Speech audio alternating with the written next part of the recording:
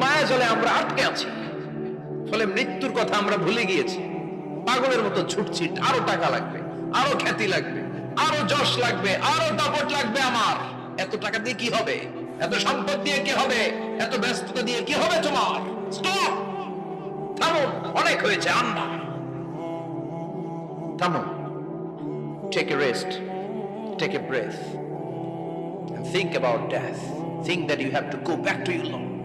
একটু বসেন না, একটু ভাবেন যে আমাকে চলে যেতে হবে, চলে যেতে হবে। এই কোলাহল, এই ব্যস্ততা, এগুলো থাকবে, থাকবো না আমি। সাইয়েদনা ওমর ফারুক বলেছেন, মুতু ক্বাবলা আন তামুতু, মরার আগে একবার মরো।